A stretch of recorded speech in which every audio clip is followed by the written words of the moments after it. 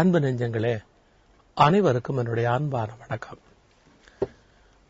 ஒரு சில சந்தர்ப்பங்கள்ல இது தவறு அப்படின்னு தெரிஞ்சு கூட நாம அதுக்கு துணை போயிருப்போம், அல்லது கண்டுக்காம இருந்திருப்போம், அல்லது பிரச்சனையை தீர்க்க வேண்டியிருந்தது சார், அதனால அந்த அநியாயம் நடந்த போது நான் வேற வழி இல்லாம அதுக்கு ஒத்துக்கிட்டேன் அப்படிம்போம். இது மாதிரிலாம் வாழ்க்கையில பல சந்தர்ப்பத்துல நாம செஞ்சிருக்கிறோம். இப்போ எப்படி சொல்றது பாருங்க, 2 பேர் சண்டை போடுறான்.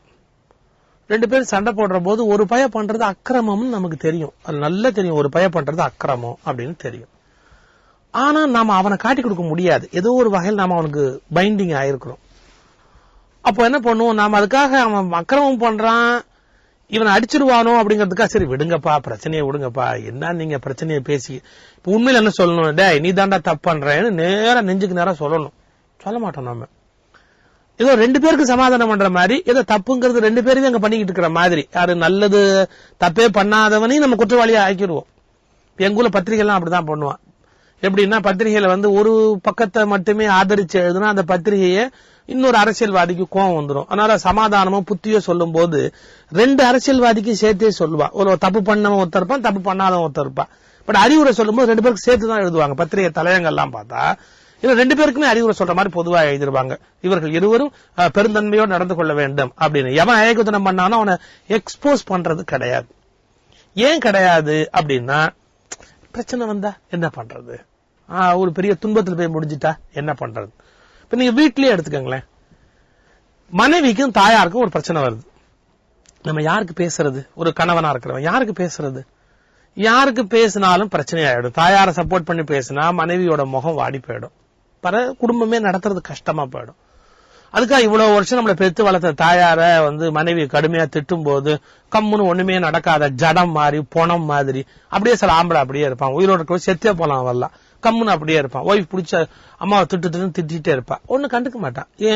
ஏன் பிரச்சனை போய் தலையிட்டு என்ன ஏது, நமக்கு என்ன வந்தது, நம்ம கத்தனா கத்திட்டு போறா அப்படின்னு பேசாம இருப்பான். இப்ப என்ன பண்றான், ஒரு சைடு எடுத்துட்டு ஒருத்தரை அந்த தப்பு நடக்கும் போது அதை அப்படியே வேடிக்கை பார்த்துக்கிட்டே இருக்கிறான். இந்த குடும்ப பிரச்சனையில தாண்டி ஒரு கம்பெனி, ஒரு பிசினஸ், ஒரு நிர்வாகம், ஒரு மன்றம், ஒரு பப்ளிக் அசோசியேஷன், ஒரு 10 பேர் சேர்ந்து இருக்கிற ஒரு கூட்டமைப்பு, இப்படி எல்லாம் நடத்தும் போது நீங்க பாத்தீங்கன்னு சொன்னீங்கன்னா, சில சமயத்துல ஏடா கூடமா சில பேர் பிரச்சனை பண்ணுவாங்க, செய்யக்கூடாத விஷயத்துல பிரச்சனை பண்ணிட்டு இருப்பாங்க. அவங்கள கண்டிக்க முடியாது, அவங்க சைடுல நியாயம் கிடையாது. ஆனா அதுக்காக என்ன பண்றான், அவன் செல்வாக்கா இருக்கிறான், அல்லது அவனுக்காக அவன் ஓட்டு நமக்கு தேவைப்படுது, இல்ல அவன் தயவு தேவைப்படுதுங்கிறதுக்காக அநியாயத்துக்கு துணை போறதுக்கு பாருங்க. அநியாயத்துக்கு துணை போறது பேடித்தம், ரொம்ப அசிங்கம். அது இருக்கக்கூடாது. இப்ப எங்க வரேன் நீங்க கவனிக்கணும். அநியாயத்துக்கு துணை போகக்கூடாது, இது என்னுடைய முதல் மெசேஜ். எங்கேயும் சரி, அதர்மம், அநியாயம், அக்கிரமம், அதெல்லாம் நாம அதுக்கு துணை போகவே கூடாது. ஆனா தர்மத்தை நிலைநாட்டுற போது கூட நீங்க தர்மத்தை நிலைநாட்டுற போது, நான் கிருஷ்ண பரமாத்மா மாதிரி தர்மத்தை நிலைநாட்ட வந்தேன்னு டேங்னு உள்ள குதிச்சு 2 பேரையும் விலைக்கலாம் நிலைநாட்ட இன்னைக்கு முடியாது. ஏன் முடியாது தெரியுங்களா? இன்னைக்கு நம்ம கடவுள் மாதிரி அந்த அற்புதங்கள்லாம் பண்ணி கிருஷ்ண பரமாத்மா மாதிரி நடந்துக்க முடியாது. 2 பேரும் சேர்த்து நம்மளை மொத்திடுவான். இன்னைக்கு உலகம் அப்படி இருக்கு. ஒரு அதர்மமோ, ஒரு அக்கிரமோ, ஒரு அநியாயமோ நடக்குது. நம்ம ரோல் என்ன அந்த இடத்துல? சகிச்சுக்கிறதா? சகிச்சுக்க கூடாது. அதர்மத்துக்காக பணிஞ்சு போய் நியாயத்தை விட்டு கொடுத்துறதா? அது கூடவே கூடாது. அதோட செத்தே போலாம், அது கூடாது. ஆனா அதுக்காக நான் நேர்மையா நடந்துக்கிறேன்னு போய் உயிரை கொடுத்துறதா உள்ள போயிருந்து? அதுவும் கூடாது. ஏன்னா நமக்கு உயிர் ஒரு தடவை தானே கொடுக்க முடியும், எப்படி உள்ள சும்மா கொடுத்துட்டே இருக்க முடியுமா? 7ஆம் தேதி ஒரு தடவை உயிரை கொடுத்து, 8ஆம் தேதி ஒரு தடவை பிளட்டா அப்பப்ப கொடுத்துக்கிட்டே இருக்கிறதுக்கு? அப்ப எப்படி நடந்துக்கணும்? டிப்ளமேட்டிக்கா நடந்துக்கணும். அருமையான வார்த்தை டிப்ளமசி அப்படிங்கிற. தர்மம் நிலைநாட்டப்பட வேண்டும், ஆனா அட் த சேம் டைம் அதே நேரத்தில் ரொம்ப கிளவரா நடக்கணும். இந்த நூற்றாண்டுடைய மெசேஜ் அதான், ரொம்ப கிளவரா நடக்கணும். அது நம்ம நிலைநாட்டிய முறை இருக்கு பாருங்க, தர்மத்தை நிலைநாட்டிய முறை, பெரிய சிக்கல் வராம, குழப்பம் வராம, அடிதடி வராம அருமையா நிலைநாட்டணும். நான் இப்படி ஒரு தத்துவமாவே சொல்லிக்கிட்டே இருந்தா உங்களுக்கு கொஞ்சம் கஷ்டமா இருக்கும். என்ன சார் ரொம்ப வேகா சொல்றீங்க? தர்மத்தை நிலைநாட்டணும், அதர்மத்துக்கு பணிஞ்சு போக கூடாது. தர்மத்தை நிலைநாட்டணும், அந்த தர்மத்தை நிலைநாட்டுற போது யாரும் காயப்படாதபடி டிப்ளமேட்டிக்கா நிலைநாட்ட வேண்டிய ஒரு டிஃபிகல்ட் செஞ்சுரி, இந்த செஞ்சுரி ரொம்ப கஷ்டமான நூற்றாண்டு. அப்படி இதுக்கு ஒரு உதாரணம் சொல்ற பாருங்க. ஒரு சம்பவம் போன நூற்றாண்டுல நடந்தது. பிரிட்டிஷ் ஏர்வேஸ் விமானம் ஜான்ஸ்பர்க்ல இருந்து லண்டனுக்கு பறக்குது. பிரிட்டிஷ் ஏர்வேஸ் விமானம். உங்களுக்கு தெரியும், நிறவெறி இருந்த காலம் அந்த காலம். எங்கேருந்து போகுது? ஜான்ஸ்பர்க்ல இருந்து போகுது. அங்க கருப்பர்கள் ஏறாம இருப்பாங்களா? கருப்பர்களுடைய பூமி. லண்டனுக்கு விமானம் போகுது. பிரிட்டிஷ் ஏர்வேஸ் விமானம் போயிட்டு இருக்கு. ஒரு வசதியான ஒரு ஐரோப்பிய திமிர் பிடிச்ச வெள்ளக்கார பொம்பளை, ஒரு பெண்மணி, ஒயிட் நிறவெறியுடைய, அவ வந்து பிளைட்ல உட்கார்ற. இக்கானமி கிளாஸ் அதுதான் டிக்கெட் வாங்கியிருக்கா அவ. அந்த அம்மா கொஞ்சம் குண்டு பொம்பளை, வேற சோப்பா குண்டா இருக்கிற அவ. உட்கார்ந்தா அந்த சேர் ரொம்ப வழியுது அந்த பொம்பளைக்கு. அவ வந்து இப்படி உட்கார்ந்தா அந்த சேர்ல. இது விமானத்துல எக்கானமி கிளாஸ்ல உட்கார்ற. உட்கார்ந்து பேக் அப்படி இதெல்லாம் இது பண்ணி இப்படி திரும்பி பார்த்தா அவளுக்கு பயங்கர கடுப்பு. ஒரு பிளாக் கருப்பு பக்கத்துல. கடுப்பாயிட்டா. என்ன இது? நாம யாரு? வெள்ளக்கார பொம்பளை. நாம பிளைட்ல ஜான்ஸ்பர்க்ல இருந்து லண்டன் போறதுக்கு எத்தனை மணி நேரம் ஆகும்?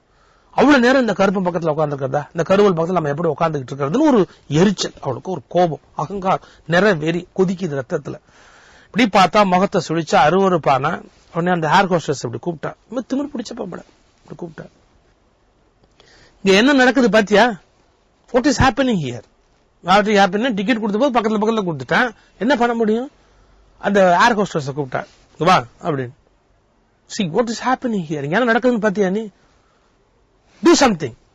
என்ன do something? அவன் தூக்கி வெளியே போடுங்கிற. கருப்பா இருக்கணும் வெளியே போட முடியுமா? அந்த ஏர் ஹோஸ்டஸ் கத்துறா பார்த்து. ஓ, பெரிய முரட்டுத்தனமா பேசுறா. அவ பாட்டுக்கு படன்னு திட்டுறா, பேசுறா. சுத்தி இருக்கிற யாருக்கும் அது சந்தோஷமா இல்ல. அந்த பிளைட்ல உட்கார்ந்து இருக்க யாருக்குமே மகிழ்ச்சியா இல்ல. அவ பேசுற முறை நல்லா இல்ல.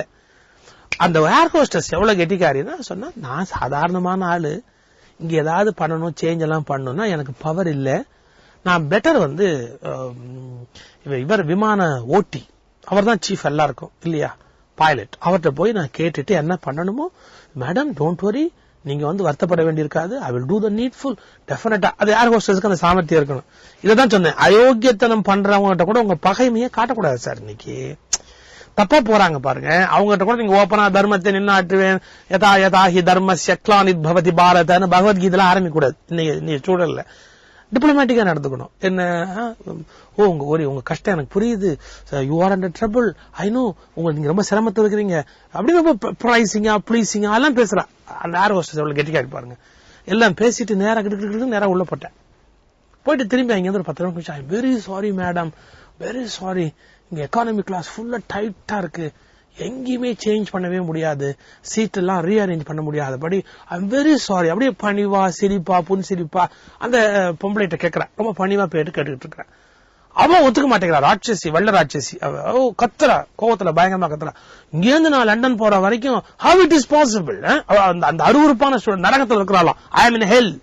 How can I sit with hell? நான் எப்படி இவனோட உட்கார முடியும்? கத்துறா. அந்த ஏர் ஹோஸ்டஸ் சிரிச்சுக்கிட்டே சொன்னா, I am able to understand your position, உங்களுடைய நிலைமை என்னன்னு எனக்கு புரியுது அப்படின்ட்டு டக்குன்னு சொன்னா, உங்களால இந்த நரகத்துல ரொம்ப நேரம் இருக்க முடியாது. எஸ் ஐ அக்ரி, இந்த நரகத்துல ரொம்ப நேரம் இருக்க முடியாது அப்படின்ட்டு பக்கத்துல இருந்த கருப்பனை ஒரு பார்வை பார்த்தா, ரொம்ப நேரம் வந்து இந்த அம்மா இங்க உட்கார முடியாதுன்னு சொல்றாங்க, கரெக்ட், அதனால நாங்க ஒரு ஏற்பாடு பண்ணிருக்கோம், நீங்க வாங்க, ஃபர்ஸ்ட் கிளாஸ்ல உங்களுக்கு சீட் ரெடியா இருக்கு, ஃபர்ஸ்ட் கிளாஸ்ல உங்களுக்கு சீட் ரெடியா இருக்கு, நீங்க வாங்க, நீங்க கம்ஃபர்டபுளா உட்காருங்க அப்படின்னு அந்த கருப்பனை கூட்டிட்டு போயிட்டேன். எவ்வளவு டிப்ளமசி பாத்தீங்களா? இப்ப யாருக்கு நியாயம் வழங்கியிருக்காவ? இவ பக்கத்துல உட்கார முடியாதுன்னு இவளை கொண்டு போய் ஃபர்ஸ்ட் கிளாஸ்ல உட்காத்தி வச்சா அது அநீதிக்கு துணை போனதா இருக்கும். இங்கே உட்காரு அப்படின்னு உட்காத்தி வச்சுட்டு அந்த கருப்பனை கூட்டிட்டு போய் ஃபர்ஸ்ட் கிளாஸ்ல உட்காத்தி வச்சு அவனை கம்ஃபர்டபுளா உட்காத்தி வச்சு இந்த நரகத்துல இருந்து அவனை காப்பாத்தினான். ஆனா அதை சண்டை போடல, இவளை கூட்டிட்டு போல. அந்த அந்த சூழலை எப்படி சமாளிக்கிறா பாருங்க, சிரிச்ச அழகா இவனை கொண்டு போய். அந்த பொண்ணு சொல்றா, ஆமா இங்க ரொம்ப நேரம் இருக்க முடியாது அப்படின்ட்டு அவனை பார்த்து, சார் வாங்க ஃபர்ஸ்ட் கிளாஸ்ல உங்க சீட் இருக்கு, நீங்க கம்ஃபர்டபுளா அங்க உட்காரலாம் அவனை கூப்பிட்ட உடனே அந்த என்டையர் விமானம், முழு விமானம் அந்த பணிப்பெண்ணின் திறமையை பாராட்டி கைதட்டியது. அப்படின்னு ஒரு சின்ன நியூஸ், நான் எப்போ படிச்ச ஒரு நியூஸ். இது எதுக்கு சொல்றேன்? பிரச்சனை வரும்போது நீங்க நாசுக்கா நடந்துக்கணும், யாரும் காயப்படாம நடந்துக்கணும். ஆனா அநீதிக்கு மட்டும் துணையே போக கூடாது. நான் போராடுறேன்னு சொல்லி நாமளும் பெரிய சிக்கல்ல மாட்டிக்க கூடாது. பிரச்சனைகளை ரொம்ப ரொம்ப லாபகமாக தீர்க்க வேண்டிய நூற்றாண்டு இந்த நூற்றாண்டு.